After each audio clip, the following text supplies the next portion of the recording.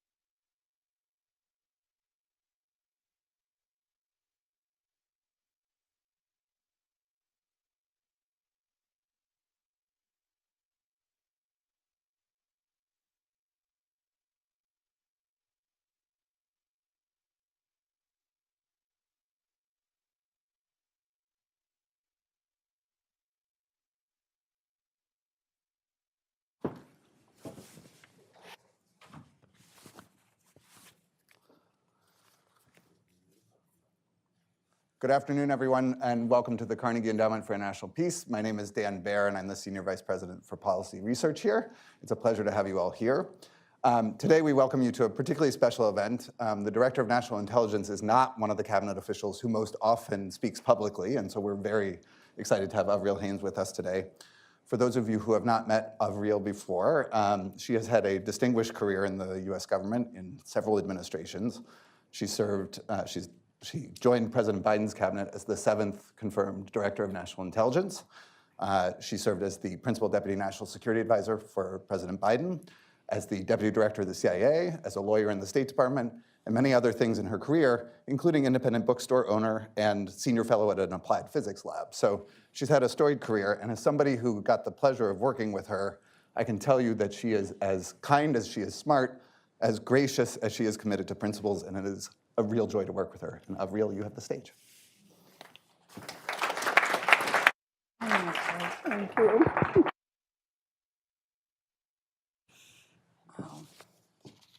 All right, well, thank you, Dan, for that incredibly kind introduction. And it is such a joy, honestly, to get to see you and to know that you're part of leading this wonderful institution.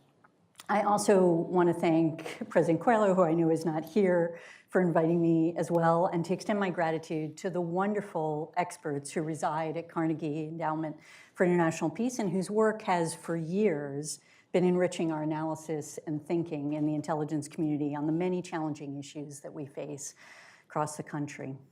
Speaking as a civil servant in government who has had the chance to see firsthand how important the intellectual exchange is that occurs between government and entities like Carnegie Endowment, I can't tell you how grateful I am for your work. Many of you challenge our thinking and work to ensure that we are focused on what matters and not missing the broader strategic picture as we manage urgent crises. And many of you have been or will come through government having had a chance to think things through from the outside without the standard constraints to which we're subject to make us better. And the intelligence community in particular benefits from such collaboration because we're trying to understand and reflect on the world around us. And in doing so, we look to bring rigor, expertise, evidence to bear on our analysis, as all of you do. We recognize, however, that the classified nature and pressure of our work can make us susceptible to insular thinking and cognitive biases, and as such, our interactions with those outside the community who can test our hypotheses and better inform our work are crucially important. So this leads perfectly into our topic for today, digital repression, an issue for which it is critical to have a wide range of perspectives, both in and out of government, not only for purposes of understanding the landscape, but also to address the problem. And people like Dan and Steve, who I see here as well, Feldstein, who literally wrote the book on digital repression, all of you and so many others at Carnegie and in other organizations such as Freedom House and even in the private sector have contributed to our thinking on these questions. And each of you with different expertise, experiences, information, and perspectives that are fundamental to understanding the landscape. And you all have helped us to focus in on an aspect of a problem that does not, at least in my view, get enough attention. Specifically, the degree to which new technologies, institutional, legal, and organizational approaches to digital repression being deployed by authoritarian governments and exported to other countries are advancing authoritarianism and undermining democratic governance globally.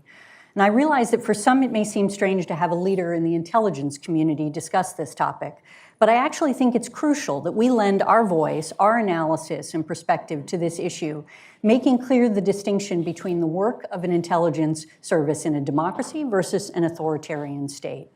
And while intelligence services in authoritarian countries are often used as tools of the state to enhance digital repression under the direction of their rulers, in democracies they're subject to democratically passed laws, have internal and external safeguards in place, and ultimately are held accountable to oversight mechanisms that work to ensure we remain legal, ethical, and focused on providing the best intelligence to help decision makers in our government make better national security and foreign policy decisions while being protective of people's civil liberties and privacy.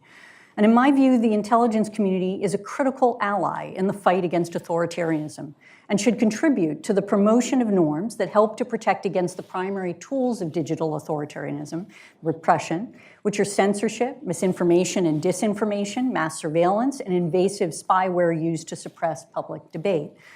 We have a unique perspective, as well as an understanding of state actors and even security services that can enhance our capacity to reveal structural norms or approaches that might support the resilience of open information environments in democratic societies. But let me back up and explain why we're so focused on this issue, which I see as a critical threat to our national security. As the president often says, the struggle to bolster democratic governance at home and abroad is the defining challenge of our time, as it remains the best way to realize lasting peace, prosperity, and human dignity. And the president, the Congress, democratic leaders around the world are pursuing efforts to strengthen democratic resilience through such means as funding to support the rule of law, human rights, good governance, civil society, pluralistic political parties, independent media, and free and fair elections. Such efforts are also, rightly in my view, beginning to include democratic assistance that promotes not only political freedoms, but also efforts to counter the indignity of corruption, inequality, and a lack of economic opportunity, as Administrator Power and Secretary Yellen recently noted, are also fundamental to strengthening democracy. And perhaps one of the most challenging aspects of the problem, however, is the contest over information, which is defined by the increasing use of digital technology to promote authoritarianism. Today's digital technologies have profoundly shaped access to information. Initially, such technologies were instrumental in facilitating civil society and freedom of the press in many places, and yet they sparked a backlash from authoritarian regimes, first to contain the risks posed by freer flows of information and to harness these same technologies in pursuit of broader objectives, including to stifle freedom of expression and to suppress political discourse. And today, we assess that foreign governments are increasingly using digital information and communication technologies to monitor and suppress political debate domestically, as well as in their expat and diaspora communities abroad. And as these technologies, capabilities, policies, and mechanisms are exported and implemented in various countries or territories, they make it that much harder to bolster democratic governance and easier for authoritarians to prevail. Moreover, the use of these technologies and methods to monitor and limit dissent are on a trajectory to become even more pervasive, targeted, and complex in the next few years, further constraining freedoms globally. For example, generative artificial intelligence will only increase the sophistication that such regimes can use to deploy such tools, making them that much more difficult to counter. So what I want to do is talk about the Russian, Chinese, and Iranian models, describe certain structural aspects of these models and methods that are being exported, and talk about how we might approach creating greater resilience in societies so as to mitigate the impact of these models and methods with the ultimate objective of really producing greater resilience in democratic governance. And to that end, it probably doesn't come as a surprise to any of you that authoritarian regimes are the biggest drivers in advancing their control mechanisms. Authoritarian leaders often fear how open debate of political and social topics could jeopardize their hold on power. These leaders' worldviews are often clouded by paranoia and an overarching concern with regime preservation, internal control, and stability. And the history of this trend dates to when some authoritarian regimes grew concerned about the implications of the internet early in its usage. And then the Arab Spring uprising served as a turning point when authoritarian governments came to recognize that their public's digital connectivity posed an existential threat to their grip on power. Autocrats' beliefs that Western governments, particularly the United States, have been using the internet's influence to undermine their regime's stability, alongside the increasing number of public protests around the world, have exacerbated these fears. And the People's Republic of China, or PRC, is the global leader in digital repression. In fact, for the 8th year in a row, Freedom House identified China as the country providing the least internet freedom. Compared to Russia, Beijing is better at censoring digital information and surveilling the population, in part because they prioritize digital controls before Moscow did. And the PRC seeks to preempt challenges to its role by demonstrating its responsiveness, eliminating dissent, and remolding society to achieve China's national rejuvenation. In many ways, the PRC's extraordinary use of digital repression tools are presented as features rather than bugs. Beijing uses digital repression techniques to control the flow of information, to downplay and disrupt its citizens' access to information highlighting domestic shortcomings, and try to reinforce the PRC's legitimacy as well as its all-encompassing reach. And China's willingness to share its know-how and export its technology far beyond its border is a key enabler of transnational repression, even as it makes it easier for other governments to engage in digital repression within their own borders. Furthermore, China's smart cities use surveillance technology to combine the provision of basic public goods, such as traffic safety, with the projection of authoritarian control. PRC is furthermore the world's leading perpetrator of transnational repression, often through digital means. News reports of Chinese transnational repression have become all too common, much of it under the auspices of the PRC's Operation Fox Hunt, a purported Chinese global anti-corruption effort.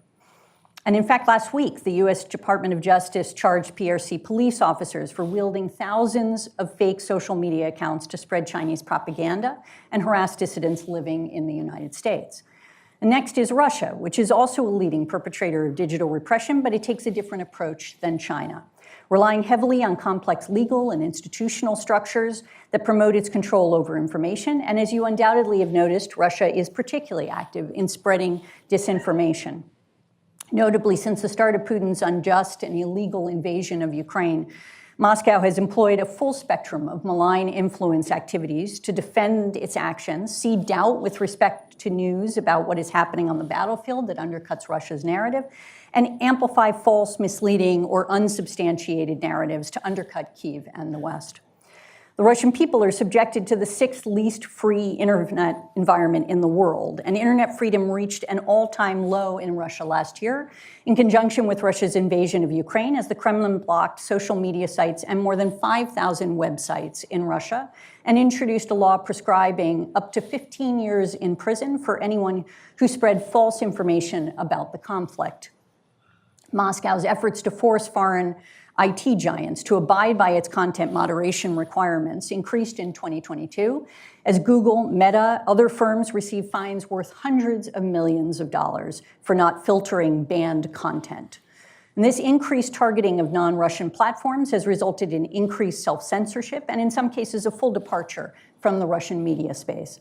Efforts to remove non-Russian media have been accompanied by the expansion of Kremlin-aligned media corporations, including the acquisition by social media giant VKontakte, which runs Russia's most popular social network and is effectively state-controlled, of major internet and technology firm Yandex, which is, among other things, a news aggregator, giving the Kremlin greater control over the content that Russian citizens encounter online.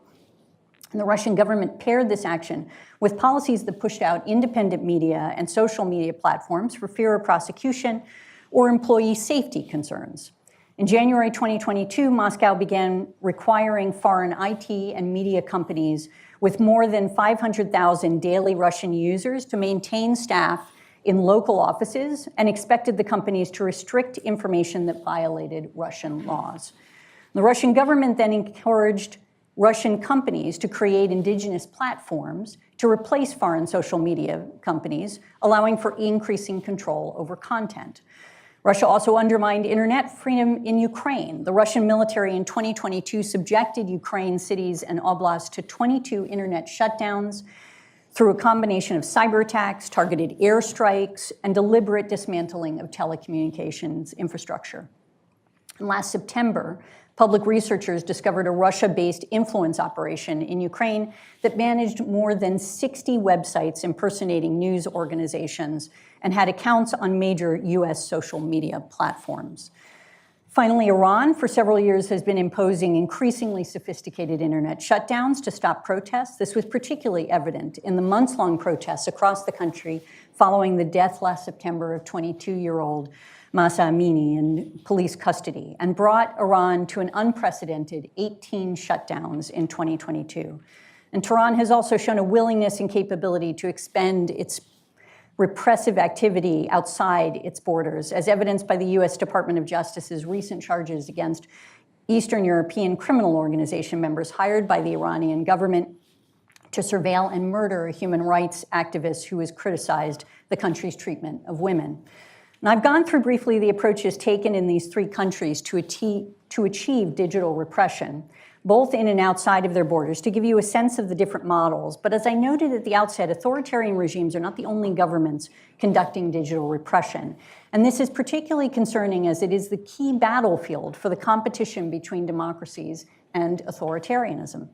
We're seeing more and more instances of other countries engaging in digital repression, and their adoption of these approaches is in turn contributing to further democratic erosion.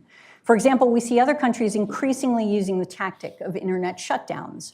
In fact, last year, governments and other actors shut down the internet at least 187 times in 35 countries, which was a new record. Shutdowns were imposed during protests, active conflicts, school exams, elections, periods of political instability or high-profile events, such as religious holidays or visits by government officials, with in many cases the goal of imposing and silencing voices. We also saw a record number of governments block websites with nonviolent political, social, or religious content, undermining users' rights to free expression and access to information. And the use of commercial spyware is also on the rise, which is, in the past year, journalists have estimated is a $12 billion business. While some states use such spyware tools and lawful intercept programs for legitimate purposes, such as to target criminals or terrorists, governments are increasingly using spyware, along with legislative efforts that provide a basis for doing so to target political opponents and critics. And furthermore, a growing number of internet users around the globe only have access to an online space that mirrors the views of their government and its interests. But this phenomenon is not restricted to China, Russia, and Iran. Authorities in 47 of the 70 countries covered by a recent research study limited users' access to information sources located outside of their borders. We also see, even where China is not intentionally exporting its approach for purposes of extending its digital repression efforts, that they are making it easier for others to engage in such activity and ultimately may use their access to further their efforts at transnational repression. For example, the Internet of Things is projected to reach 64 billion devices by 2025 and possibly trillions by 2040, all potentially monitored by various governments. This growth is connected to smart city initiatives, which are using emerging technologies to improve the ability of city leaders to leverage public resources to boost the overall quality of life, and while at the same time creating vast amounts of data. China also has a comparative advantage in the global export of facial recognition AI. Autocracies and weak democracies are more likely to acquire this technology from China than from other countries. And they are more likely to import this technology from China when they are experiencing periods of political unrest. In short, these technologies offer new possibilities for tracking and intimidating dissenters, monitoring political opponents, and preempting challenges to government power that are hard to resist without the legal, institutional, and cultural structures that we rely on in our own country to help us avoid such abuses. Moreover, Chinese companies which are subject to Chinese laws that provide the government with access to their information are leading providers of technology in a number of countries where Freedom House has highlighted that democracy is backsliding.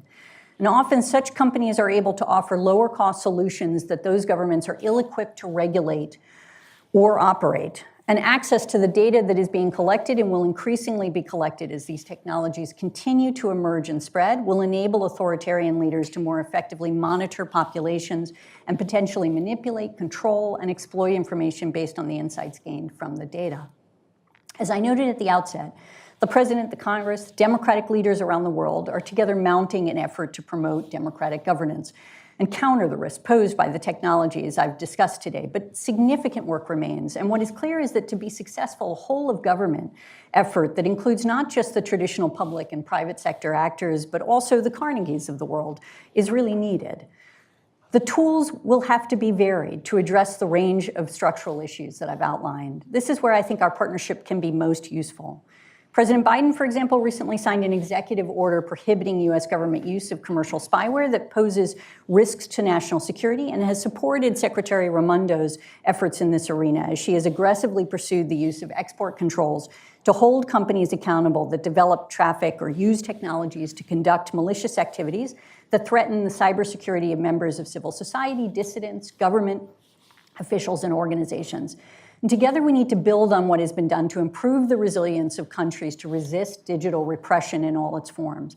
We in the intelligence community, alongside the private sector and research institutions, can help to create greater awareness regarding the types of technologies, as well as the institutional, legal, and organizational approaches being used to engage in digital repression. And in doing so, we hope to highlight areas where normative frameworks might be developed by experts and policymakers in and outside of government that preserve to the greatest extent the promise of such technologies to support freer flows of information, more timely and cheaper communication, as well as smart technologies, improve the delivery of services, even protect the environment and promote our health, while nevertheless guarding against their use for digital repression. We hope to prompt thinking on technical standards and design approaches that promote not only cybersecurity and appropriate law enforcement and intelligence activities, but also democratic governance, freedom of expression and political discourse, even data management approaches that recognize the dangers associated with the extraordinary collection of information that happens on a daily basis in our world today. And model laws and organizational structures that make it harder to engage in digital repression. And we need to move with urgency. During the coming years, we can expect that governments will grow more sophisticated in their use of existing repressive technologies, and will learn quickly how to exploit new and more intrusive technologies, particularly automated surveillance and identity resolution techniques. The multifaceted challenge of adversaries suppressing information environments cannot be solved by government alone. Digital repression and foreign malign influence are whole of society challenges, and we can no longer operate on parallel but distinct tracks. I think now is the time for us to partner together. And if you believe, as I do, that this is an urgent challenge, we must work together to protect the integrity of our democracy and democratic societies around the world. And thank you for your time, and I look forward to the questions and opportunity to talk to Dan.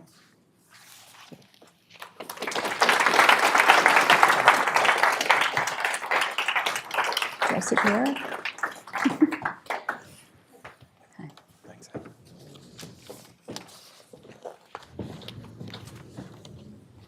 Thank you very much for those illuminating kickoff remarks, and now you get the hard part. And for those of you who are in the room or watching online you should be able to submit questions on your online platform, and if you're in the room, there should be QR codes that were around the room that will allow you to submit questions, and then they will magically show up on my iPad, so when we get to that part, I'll be able to turn to them.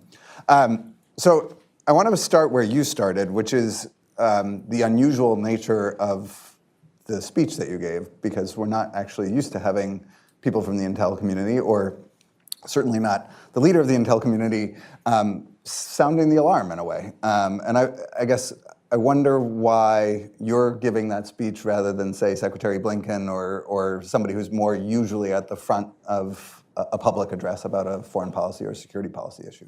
Yeah, thank you so much. And look, it's great to actually be here with all of you. I will say, I mean, to be fair, Secretary Blinken does give those comments, as does the president and everybody else. I think it's important for our voice to be heard on this too, to make it clear that it's not just the foreign secretary, in a sense, that cares about this issue, but it's also the security services that care about this issue.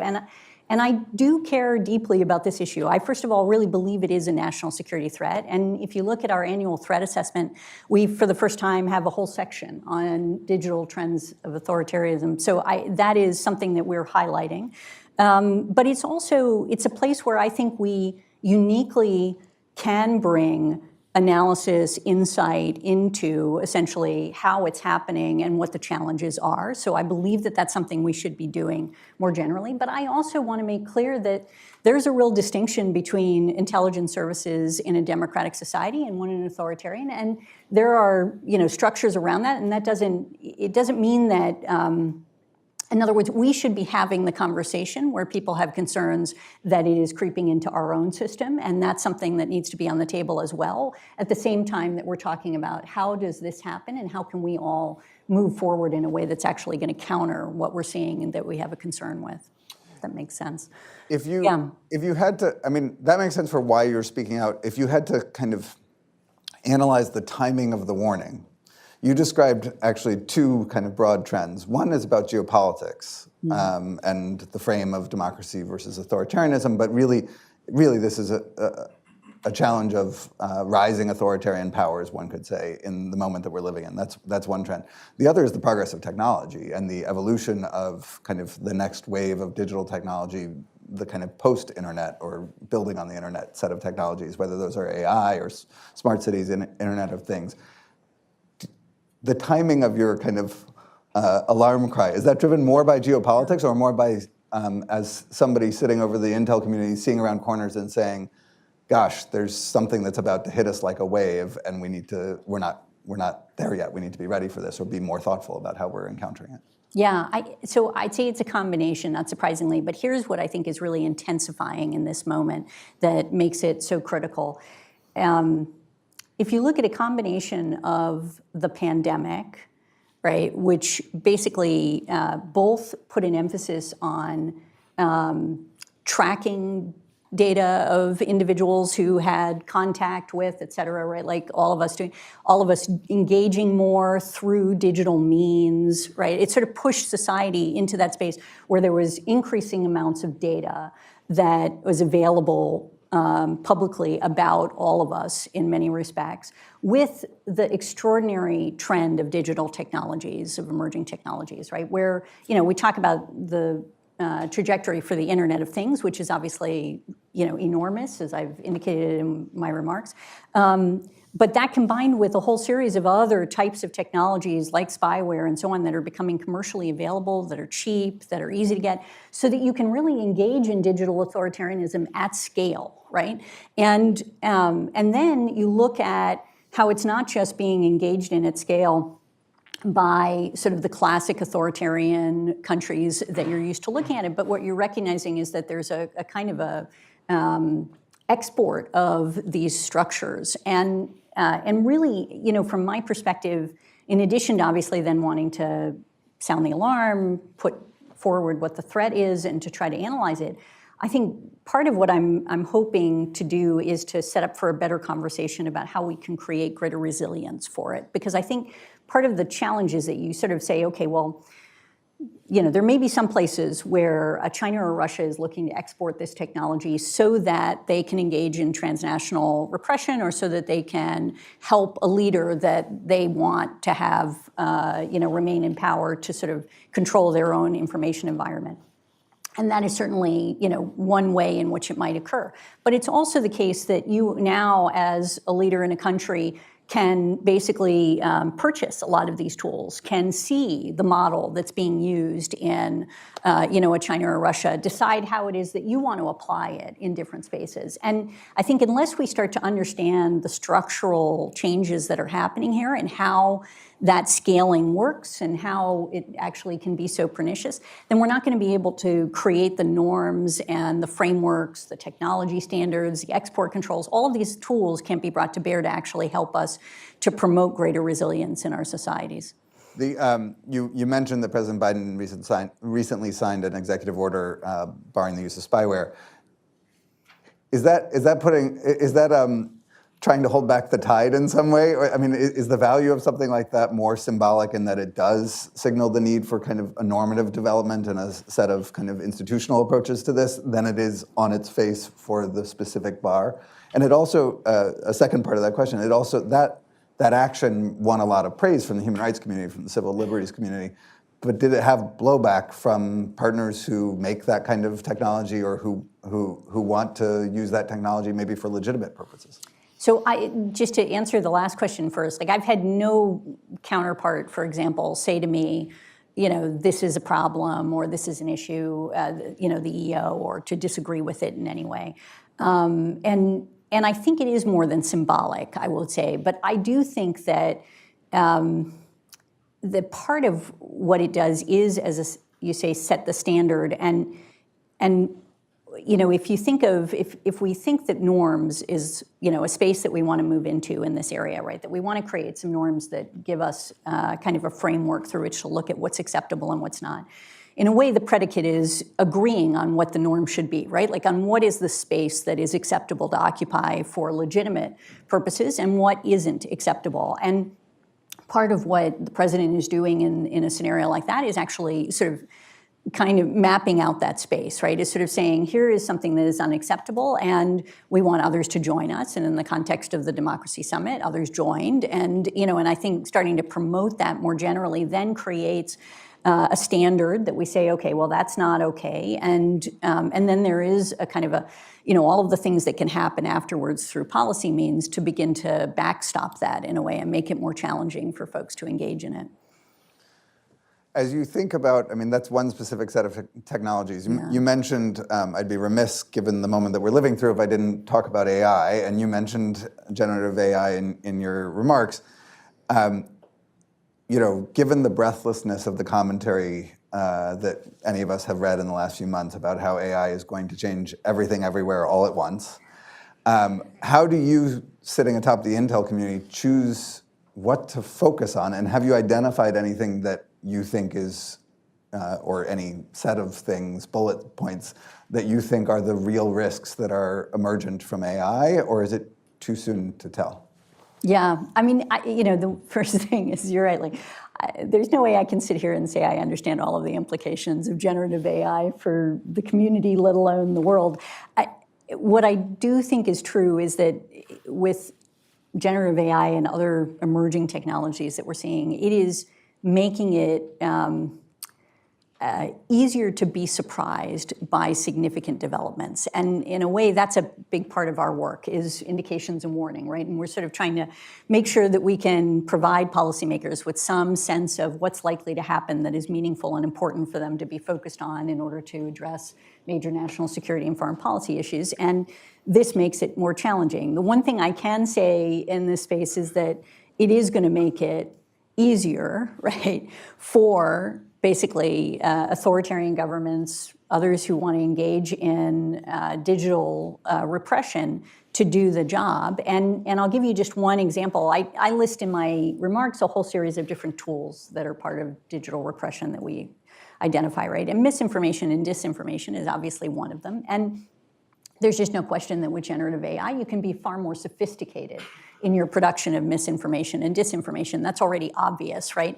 That is going to make it harder to counter. And it's critical, obviously, for us to be able to do that as effectively and on a timely basis. Well, maybe generative AI will also give us some tools to counter it. But I think it is, just increasingly complex an environment for us to keep on managing the degree to which things are developing, and we're trying to counter them. And so having kind of broader frameworks that we're able to stick this into, and sort of a consensus on what is acceptable and what's not, will be increasingly important, I think. Are you worried about, most of your remarks were kind of global in nature and looking at things that are happening around the world, but obviously we know that Russia in particular and China have both engaged in what we used to call information ops in the United States. And are you worried that the United States, especially we're going to have an election next year, in the run-up to those elections, are we prepared enough for the new capacities that are provided by AI for misinformation and disinformation?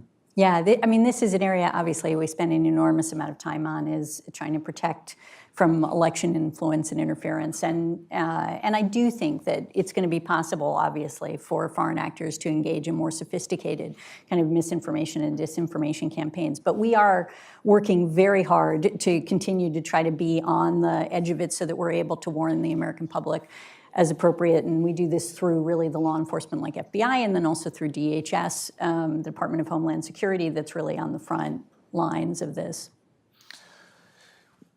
Russia and China and Iran figured in your remarks, but although the examples you gave with respect to Iran were more focused on Iran's use of digital repression domestically, Russia and China both have more obvious examples of where they've used it beyond their borders. And I was struck by the distinction, what I heard was a distinction, maybe you'll correct me, that it seems like, well, both use both types of digital repression, that Russia is much more focused on disinformation, misinformation, control of information, whereas the Chinese model is much more built into technology and surveillance. And how do those two kind of different strategies change the way that we have to think about how to respond? Yeah, how to counter it. So it is true that we see that China is more sophisticated from a technology perspective in censoring and so on. And as I mentioned, that's largely because they just started earlier. They prioritized it at an earlier point. Russia, even culturally, it tends to be quite legalistic in their addressing issues. And they've created this incredible organizational structure. Their digital ministry, they have, you have to basically get a license and put forward bandwidth requirements and all sorts of things that give them the capacity to manage what's happening. And and they've put a series of laws. This isn't to say that China doesn't have laws on these issues that are also intended to facilitate the work that they do. They do.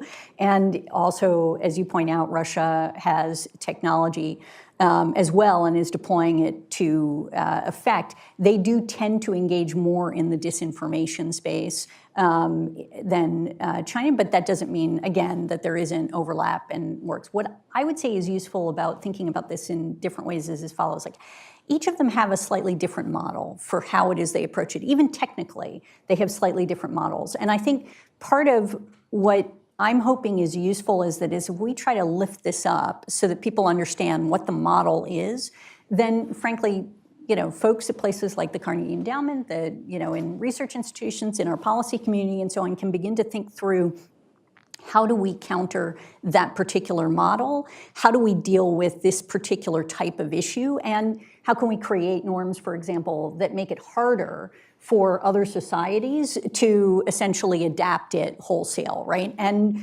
in part, it could be a technical issue, right? It could be that you're developing a standard for how, and I mentioned data management, right? Like, how do you store data, and what are the restrictions around data, and what are the sort of technical ways in which you might do it, homomorphic encryption or other types of things that might help to protect the privacy of data and make it harder to bring things together in a way that would allow you to use tools that could engage in repression. But part of it can also be, in ways that we have privacy and civil liberties officers in each of our services, right? That we have, a variety of institutional structures that help to promote certain aspects of our systems that we think are important, or values or principles. Those are also things that matter. And I've seen over the years, I think, I sort of feel like I went into law thinking, this is many, many years ago, obviously, decades, but in any event, believing that law was the way to change society. That, I sort of watched the civil rights movement and other things and saw how critical it was to society and to our capacity to change. And I feel as if the older I've gotten, the more I've recognized that culture and soft law and institutional issues are actually absolutely critical, if not more important at times, to actually producing change. And I think those are important too. And it's the structure that's being used to engage in digital oppression, not just the digital technologies that are important to this picture. I wonder whether you've gotten any pushback. You mentioned several times the export of these technologies. And obviously these specific technologies aren't the only technologies that are being exported. And obviously the export of technology is essential to economic development in huge parts of the world. We had a conversation in line with the spring meetings of the IMF and World Bank here about digital public infrastructure and the way that digital public infrastructure has expanded banking to many millions, hundreds of millions of people in India, and has the promise to do so elsewhere in the world. I wonder whether you've run into this challenge of how do you get the benefits of the export of technology while also being mindful of the risks of, large-scale consumption of Chinese technology that may have backdoors or that kind of thing.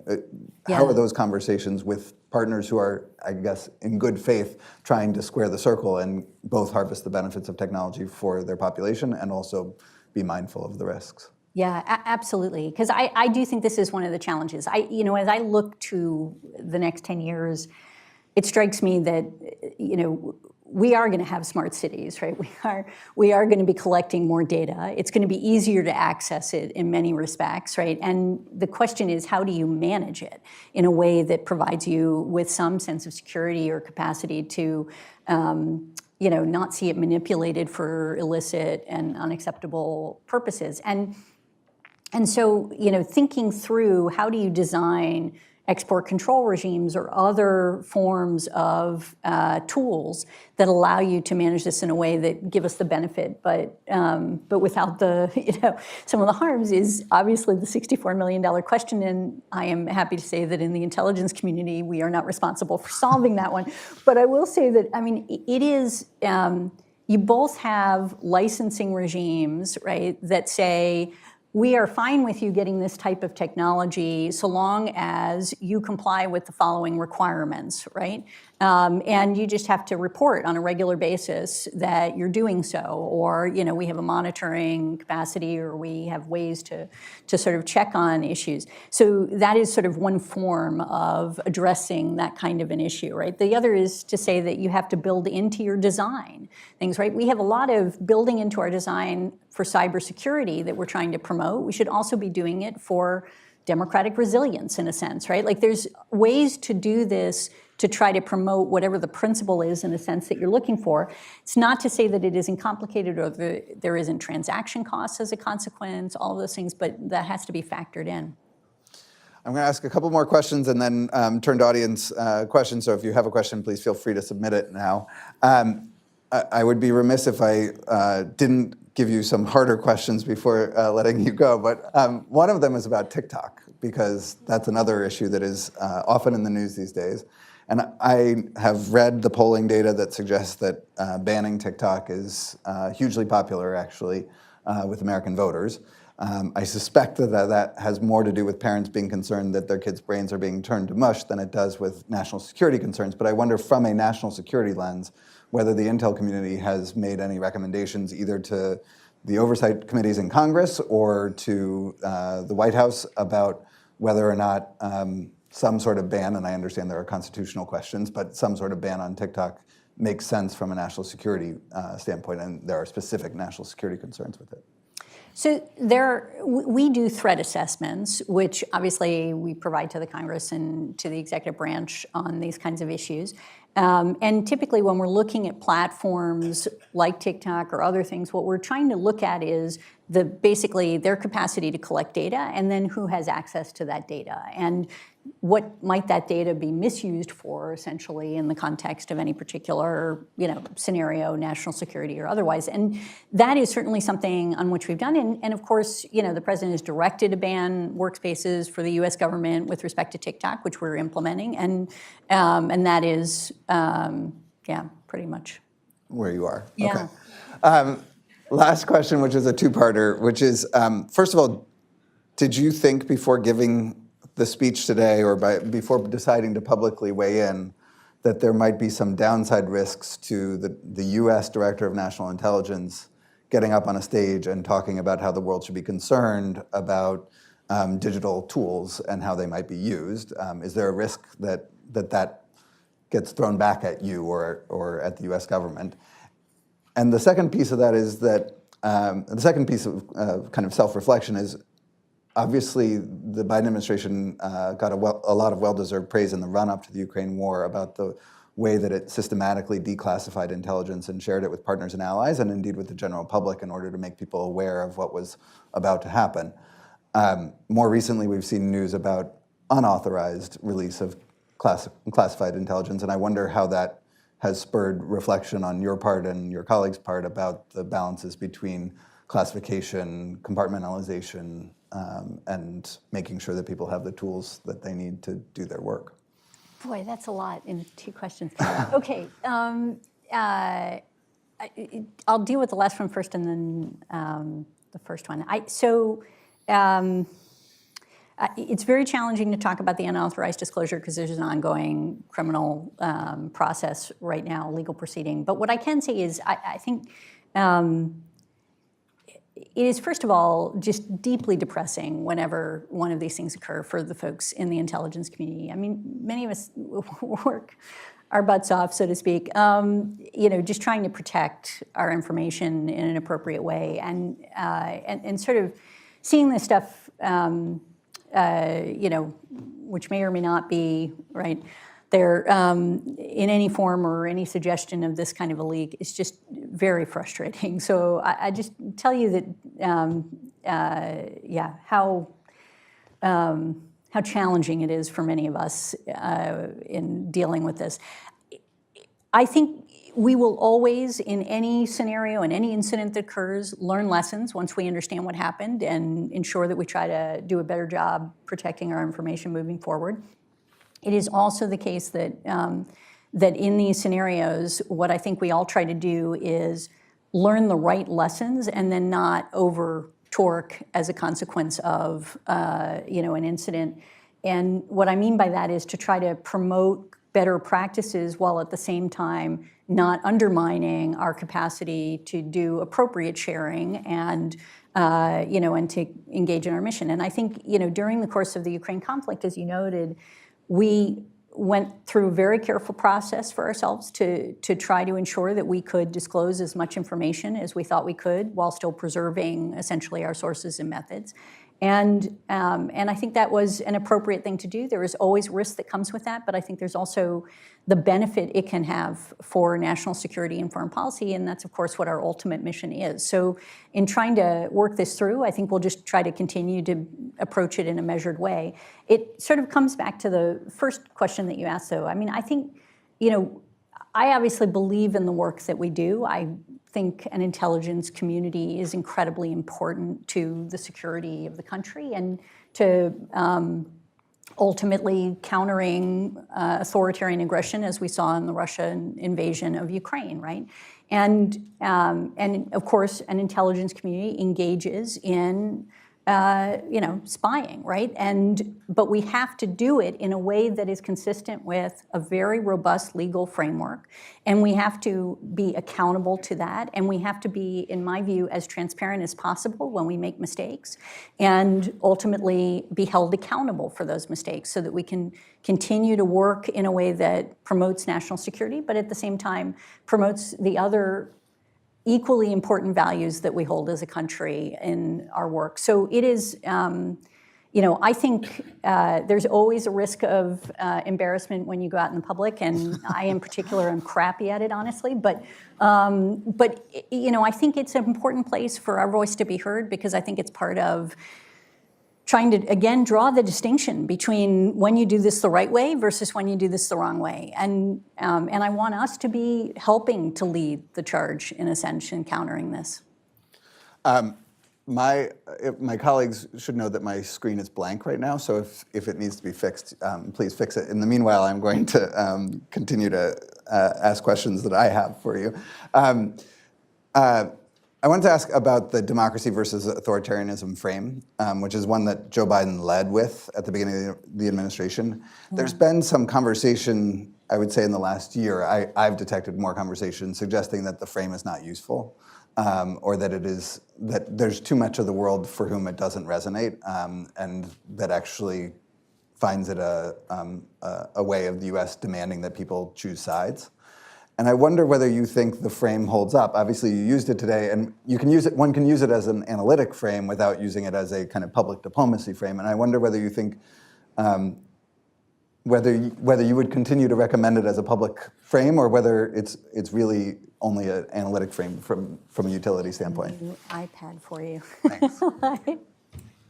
I'll do a quick one on that. I mean, it's more of a policy question, so in some ways it's hard for me to answer. But what I would say is that Thanks. I do think that that we've seen the narrative, for example, from China, shift a bit in the context of, even in the last few years, where a few years ago it was more of we're presenting another system that is more effective in contrast to your system in a way. In other words, our system is functional, our system delivers results, yours is a bit of a mess, and kind of that being the sort of intellectual narrative in a way that was being presented, and a bit of that is shifted towards we have an alternative path, still with some of the same features. In other words, we can deliver, but not framing it as authoritarian versus democracy, to your point, and perhaps that is because they see that as being more compelling. And yet at the same time, when you look at their sort of best friends BFF document with Russia, it's remarkable how much democracy and sort of their promotion of an international system that sounds very much like what we're promoting, but isn't, is sort of part of the structure that they're pushing forward. So I don't pretend to know what's the right answer from a policy perspective, but I think these are questions analytically that are important for us to understand. Yeah. Great. We now actually have audience questions. The first one I want to pass along is, how concerned are you about the U.S. private sector, particularly the tech sector, that they may not be fully cognizant of some of the risks that their own tools could be manipulated or misused to nefarious ends? And do you have worries that they aren't aware of the trends that you are identifying? So we have been trying in our sort of normal way to engage with the private sector to better understand what they're seeing. And honestly, in many scenarios, they see things before we do because they have the first sort of basis of information, and so it is. So I guess the answer is, in part, they sometimes see things before we do, and we need to learn from them. But in part, I think it is true that they don't necessarily put it into the broader context, which is something we can do, and help them to actually discern from the information what's happening in certain spaces that may be useful. And I think, again, as I tried to outline in the remarks, I really think this is an area where you actually need so many different parts of society to engage together in order to put the whole picture together so that you can actually understand what's happening. And I think that's an important conversation for us to continue to be having, basically. There's a question here about the challenges that face democracies with respect to kind of the broad set of issues that you've identified, and that we've seen a increasing trend, one would say, in countries that we've referred to as democracies, taking steps that would chill free speech, that would enhance surveillance without sufficient safeguards. There was obviously at the Summit for Democracy a declaration on the future of the internet, which was kind of a step towards identifying a normative framework. But how concerned are you about kind of backsliding in democratic partners with respect to these techniques in particular? I am. I mean, as I focused in, I think one of the key pieces to the puzzle that doesn't get as much attention is this space, right? In other words, there's a fair amount of attention on what China and Russia are doing in their countries to manage information, right?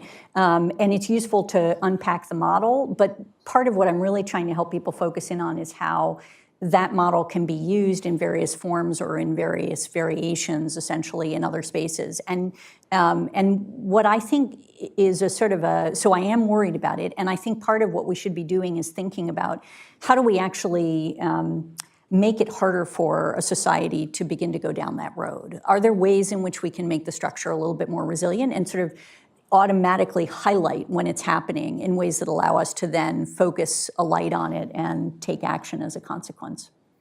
You mentioned the kind of the wake-up call that, in a way, that the Arab Spring was for some authoritarian regimes about the power of the connection that people have through the internet. And since then, and even before then, we saw this kind of cat and mouse game between repressive regimes and creative, innovative citizens who are figuring out ways to kind of hack through the restrictions. If you had to make an assessment, who do you think is winning right now in the cat and mouse game around the world? And also, are there any recent examples of citizens figuring out how to get around some of these restrictions that inspire you? Yeah, so I definitely would not tell you the latter. So we can let them be. But I do think it. I'll just state the obvious, really, for all of you who are so sophisticated in these issues. But it is absolutely true that what we saw, I think, initially in terms of the promise of these technologies was kind of turned around by authoritarian governments in order to focus in on suppressing political dissent. And as a general matter, I think, the pendulum has swung more towards the authoritarian space, but I think we're hopefully making some movements to actually bring it back again. So we'll see how that proceeds. We've talked a lot about the kind of the need for normative innovation, and putting your kind of 3 or 4 jobs ago hat back on and like looking at the possibilities for institutions and frameworks that could be the basis for a kind of international set of standards or agreements around these kind of tools. Do you see an opportunity? I understand this is not you're not making policy currently, but with your old hat on, do you see an opportunity for some particular fora, or do you see a model for the kind of regulation or standard setting that you think is needed in this space that maybe applied to some other space? It seems like a terrible idea for me to try to put on my prior hat. I'll just say, I think there are a lot of different fora, and it can go from some of the more obvious UN-related fora and associated, but to things like the International Telecommunications Union or other fora in the world. But it is always a kind of a case-by-case analysis, frankly, and the folks who are in it are the ones who are going to be best positioned to know whether or not it's the right place to do that kind of work. Another question here from the audience about the particular challenge of close strategic partners of the United States, like Turkey or India, where there may be growing concerns about the use of digital coercion or the capacity to use digital coercion, and how the United States can think about the trade-offs in those relationships and whether there is actually an opportunity for us to push our concerns about the long-term implications of digital repression.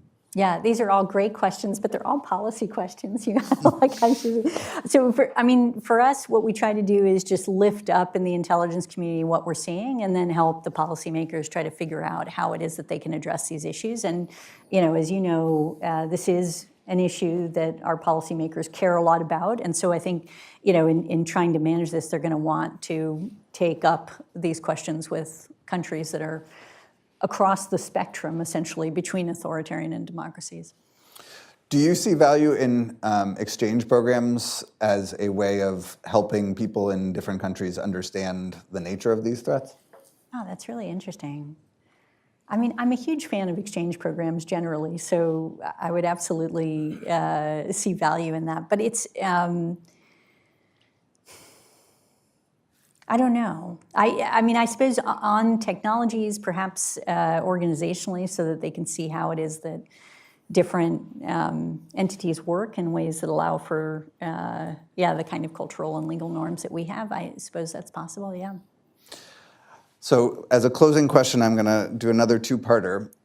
The first part is, what would you most like the American public to understand about the intelligence community that you think is least well understood today? And the second is more parochially about think tanks, which is, one of the things that is, you look around Washington, D.C., there's a ton of think tanks writing about foreign policy and security policy, and there's very little policy work that is done on the IC. And there's some obvious reasons for this, given, obviously, that much of the work of the IC is not knowable or known by the general public. But there are parts of the IC's work that are knowable or known, and certainly principles, et cetera. And I wonder if there's an area of, I understand you're not a policy maker, but you do work for an organization around which policy can be made.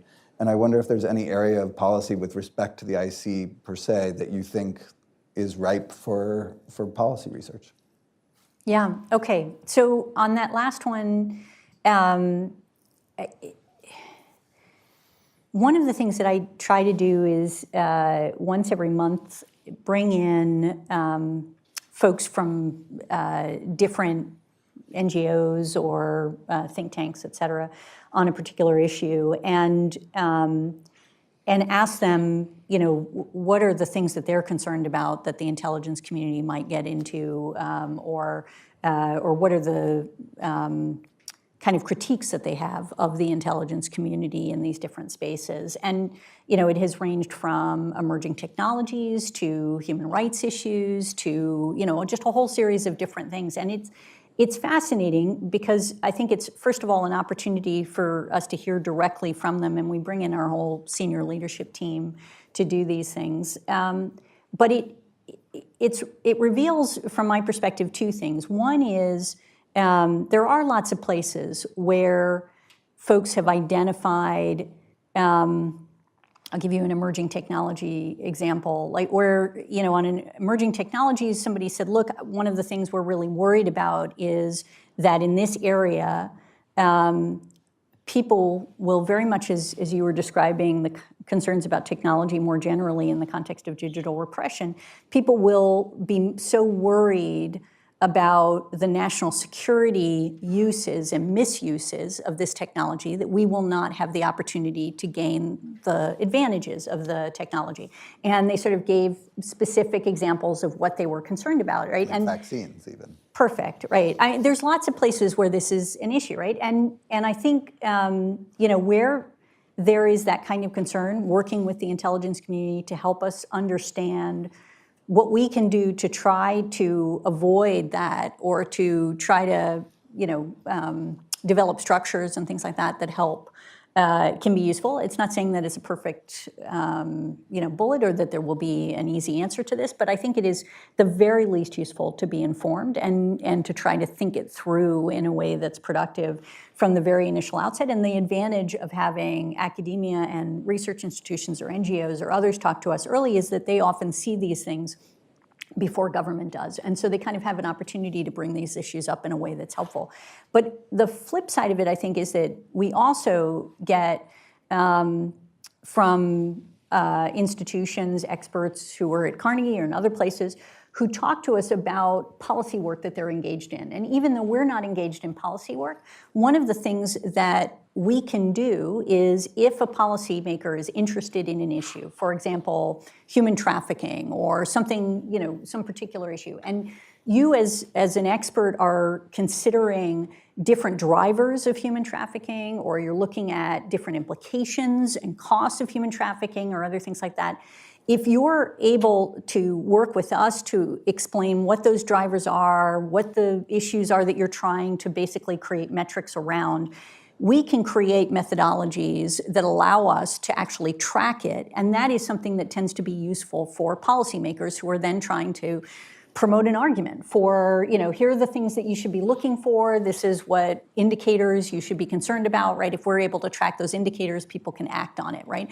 Similarly, here's the cost of whatever it is that you're concerned about. If we're able to do that, then we can push back against it. So that's, I think there's a lot of space for this, and it's part of why I think this question about whether or not the structure and scaling, essentially, of digital repression, if we're able to lift that up effectively with, frankly, the brains that exist, in different parts of, the sort of intellectual ecosystem that Carnegie and others exist in, they can help us to think about how it is that we can monitor and track this in ways that are going to be more useful to policymakers to actually enact tools to create that kind of greater resilience. You had a second question in there, and I've totally lost it. Which is what you would want the the general public to know about the IC. Yeah. Okay. So here is the thing I think about. In